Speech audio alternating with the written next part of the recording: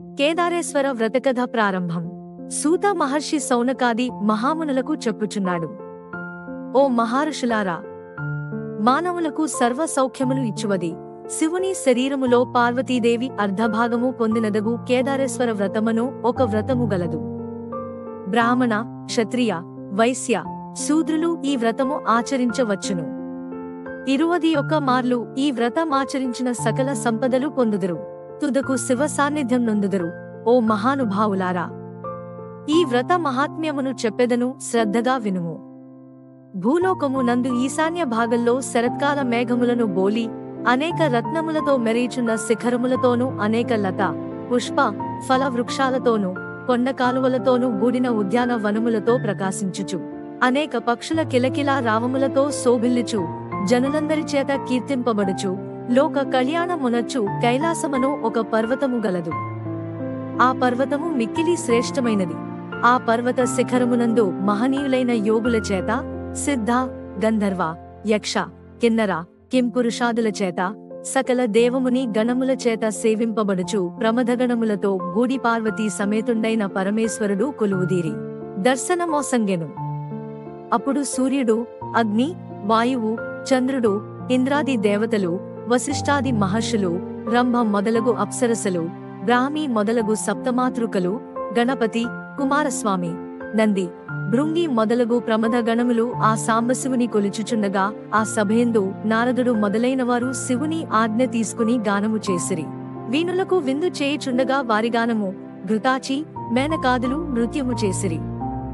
ఆ సమయములో మిక్కిలి సౌందర్యవతి అయిన దేవకన్య రంభ నాట్యము చేసి అందరి హృదయములను రంజింపచేసెను. ఆ ఆనంద సమయంలోనే గొప్ప శివ భక్తుడైన భృంగిరిటి అనడి పేరుగల శ్రేష్ఠుడు శివునకు ఆనందము కలుగునట్లు వికట నాట్యము చేసెను. ఆ సభలో ఉన్న సకల దేవతలకు నవ్వులు కురిపించెను. ఆ నవ్వులతో పర్వత గుహలు మారుమ్రోగెను. ఈ విధంగా హాస్యము జనింపచేసిన భృంగిరిటిని చూచి పరమేశ్వరుడు నీ నాట్యమును చూచి ఈ సభలోని వారందరూ మిక్కిలి సంతసించినారని చెప్పి ఆ భక్తుడిని అనుగ్రహించెను. శివామగ్రహము పొందిన భృంగిరిటి మిక్కిలి ఆనందము నొందెను. సభలోని అందరిచేత గౌరవింపబడెను. నిర్మలమైన మనస్సుతో, వినయముతో పార్వతీదేవిని విడిచిపెట్టి ఈశ్వరునికి మాత్రమే ప్రదక్షిణ నమస్కారములు చేసెను. అప్పుడు పార్వతీదేవి పరమేశ్వరునితో, ఓ స్వామి, ఈ భృంగిరిటి నన్ను విడిచి మీకు మాత్రమే ప్రదక్షిణము చేయుటకు కారణమేమి చెప్పమని కోరెను. అప్పుడు సదాశివుడు, ఓ పార్వతీ, పరమార్థము కోరెడి యోగులు నీ వలన ప్రయోజనము లేదని తెలిసి నాకు మాత్రమే ప్రదక్షిణ నమస్కారములు చేసెనని చెప్పెను. శివుని మాటలు విన్న పరమేశ్వరికి కోపం వచ్చి భర్తయ్యందు ఉన్న తన శక్తిని ఆకర్షించగా కేవలం శరీర మాత్రుడుగానే మిగిలెను. అప్పుడు ఆ దేవి కూడా శక్తిహీనురాలయ్యేను. కోపముతో ఉన్న ఆ దేవిని దేవతలందరూ శాంతింపజేసిరి. అప్పుడు ఆ దేవి శివునితో సమానమైన యోగ్యతను సంపాదించుట కొరకు తపస్సు చేయుటకు నిశ్చయించుకుని కైలాసమును విడిచిపెట్టి సింహ, శరభ, శార్దూల, గజ మృగాదులచే సేవింపబడుచు నిత్య వైరము ఉన్న పాము, గ్రద్ద వంటి సకల జంతువులకు వైరము లేకుండా చేయుచున్నది. అనేక వృక్ష లతాదుల చేత నిండియున్నటువంటిది. ఋషిశ్రేష్ఠుల చేత సేవింపబడుచున్నది. సర్వాభీష్టములను తీర్చడి గౌతముని యొక్క ఆశ్రమములో ప్రవేశించెను. అప్పుడే ఆ గౌతమ మహర్షి హోమాదులకు సంబంధించిన సమిధలు, ఫలాలు మొదలైన వస్తువులను తీసుకుని అడవి నుండి ఆశ్రమం దగ్గరికి వచ్చేసరికి తన ఆశ్రమమంతా వెలుగులతో ప్రకాశిస్తూ ఉండుట చూచి ఋషి ఆశ్రమం ఈ విధంగా శోభిల్లుతోందేమిటా అని ఆశ్చర్యమొందెను. దీనికి కారణమేమిటని ఆలోచించుచు ఆశ్రమంలోనికి ప్రవేశించెను. అక్కడ ఓ స్త్రీ మూర్తిని చూచి, ఓ పూజ్యురాలైన భగవతి, నీ రాకకు కారణమేమిటి అని గౌతమ మహర్షి అడుగగా, ఓ మునీశ్వరా, ఏ వ్రతము చేయుట వలన యోగులు సంతసిస్తారు? ఏ వ్రతము ఆచరించుట వలన శివునిలో అర్ధ శరీరము నాకు లభిస్తుందో అటువంటి వ్రతము ఏదైనను నాకు ఉపదేశించమని ఆ స్త్రీ మూర్తి కోరెను. అప్పుడా మహర్షి ఆలోచించి, తల్లి, సకల కోరికలు తీర్చునది శ్రీమద్ కేదార వ్రతము. వ్రతములలోకెల్లా ఉత్తమమైన ఈ వ్రతమును ఆచరించుము అని ఉపదేశించెను. అంతటా ఆ దేవి ఆ వ్రత విధానము చెప్పమని వేడెను. అంతటా ఆ మహర్షి ఇట్లు చెప్పదొడంగెను, అమ్మా, భాద్రపద శుక్ల అష్టమి నాడు నిర్మలమైన మనస్సుతో 21 ధారపు పోచలతో 21 ముడులను వేసి శివుని ధ్యానిస్తూ పూజించి చేతికి ఆ రక్షను ధరించవలెను. ఈ వ్రతము ఆచరించు రోజున ఉపవాసముండి మరుసటి రోజు బ్రాహ్మణులకు భోజనము పెట్టవలెను. ఆ రోజు మొదలు అమావాస్య వరకు ఈ వ్రతము ఆచరించుచు శ్రీ కేదారేశ్వరుని పూజించవలెను. గృహములోని ఈశాన్య భాగములో గాని, తూర్పు, ఉత్తర భాగములలో గాని ఒక పవిత్రమైన ప్రదేశంలో అలికి ముగ్గులు తీర్చి ఒక వస్త్రమును పరిచి అందులో ధాన్యమును రాశిగా పోసి ఆ రాశి యందు అలంకరించిన ఒక పూర్ణ కుంభమును స్థాపించి 21 సూత్రములు ఆ కలశమునకు చుట్టి పట్టు వస్త్రముల చేత, నవరత్నములు, బంగారు నగల చేత అలంకరించి ఆ కలశంపై స్వామిని ఆవాహన చేసి గంధ పుష్పాక్షతలతో షోడశోపచారములతో పూజించవలెను. 21 మంది బ్రాహ్మణులను పిలిచి కాళ్లు కడిగి ఆసనములు ఏర్పాటు చేసి వారిని కూర్చుండ చేయవలెను. అక్కడ కేదారేశ్వరుని యథావిధిగా అర్చించి 21 రకములైన పిండి వంటలను, 21 రకములైన ఫలములను నివేదించవలెను. శ్రీ కేదారేశ్వరుని భక్తితో స్తుతించవలెను. బ్రాహ్మణులకు యథాశక్తిగా దక్షిణ తాంబూలము ఇచ్చి వారిని సంతృప్తిపరచిన ఎడల ఆ పరమేశ్వరుడు ప్రీతి నొంది నీవు కోరిన వరములు ప్రసాదించును అని చెప్పగా ఆ పార్వతీదేవి గౌతమ మహర్షి చెప్పిన విధముగా ఆచరించెను. అంతటా ఆ పరమేశ్వరుడు సంతుష్టుడై దేవగణములతో అక్కడికి వచ్చి తనలో అర్ధ భాగమును పార్వతీదేవి కొసగెను.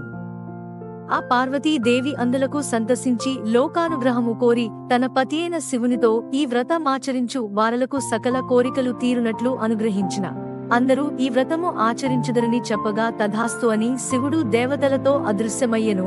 మరికొంత కాలమునకు మహాశివ భక్తుడైన చిత్రాంగదుడను గంధర్వుడు నందికేశ్వరుని వలన ఈ వ్రతమును తెలుసుకొని ఆచరించి భూలోకములోని జనులకు ఈ వ్రతము ఉపదేశించి ఆచరింప చేయవలనని కోరిక గలవాడై ఉజ్జయిని నగరమునకు జేరి వజ్రదంతుడను రాజునకు ఈ వ్రత విధానమును ఉపదేశించెను. ఆ రాజు ఈ వ్రతమును కల్పోక్త ప్రకారంగా ఆచరించి సార్వభౌముడయ్యెను. అటు తరువాత కొంతకాలమునకు ఆ నగరములో ఉన్న వైశ్యునకు పుణ్యవతి, భాగ్యవతి అను 2 కుమార్తెలు కలిగిరి. వారిద్దరు తండ్రి దగ్గరకు వెళ్లి, ఓ తండ్రి, మాకు కేదార వ్రత విధానము చెప్పమని అడిగిరి.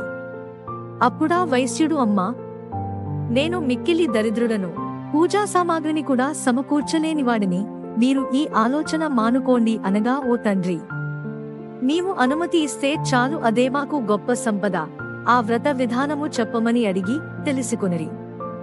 వారు ఒక మర్రి చెట్టు వద్ద కూర్చుని 21 పోచలతో గూడిన సూత్రము తయారు చేసుకుని యథావిధిగా పూజింపదలచరి. వారికి ఆ పరమేశ్వరుడు ఆ వ్రతమునకు కావలసిన పూజా సామాగ్రిని ప్రసాదించెను. అంతట వారు ఆ వ్రతమును భక్తి శ్రద్ధలతో ఆచరించగా ఆ పరమ శివుడు ప్రీతి నొంది ఆ కన్యలకు ఆయురారోగ్య ఐశ్వర్యములను, సౌందర్యమును ప్రసాదించి అంతర్ధానమయ్యేను.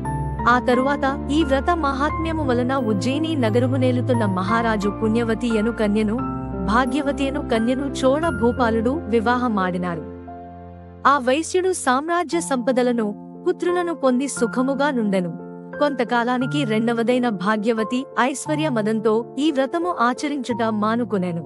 అందువలన భాగ్యహీనురాలై పుత్రుని చేత, భర్త చేత అసహించుకొనబడి ఇల్లు విడిచి అడవులలో తిరుగుచూ ఒక బోయవాని ఇల్లు చేరెను. అక్కడ తన పుత్రుని చూచి, నాయనా, నా అక్క అయిన పుణ్యవతిని ఉజ్జయిని నగర రాజు వివాహం చేసుకొన్నాడు. నీవు అక్కడికి వెళ్లి మన విషయమునంతా చెప్పి మనం బ్రతకటానికి కొంత ధనము అడిగి తీసుకుని రమ్మని పంపెను. అతడు ఉజ్జయిని నగరమునకు పోయి పెదతల్లితో వారికి కలిగిన కష్టములను చెప్పగా ఆ పుణ్యవతి అతనికి తగినంత ధనమును ఇచ్చి పంపెను.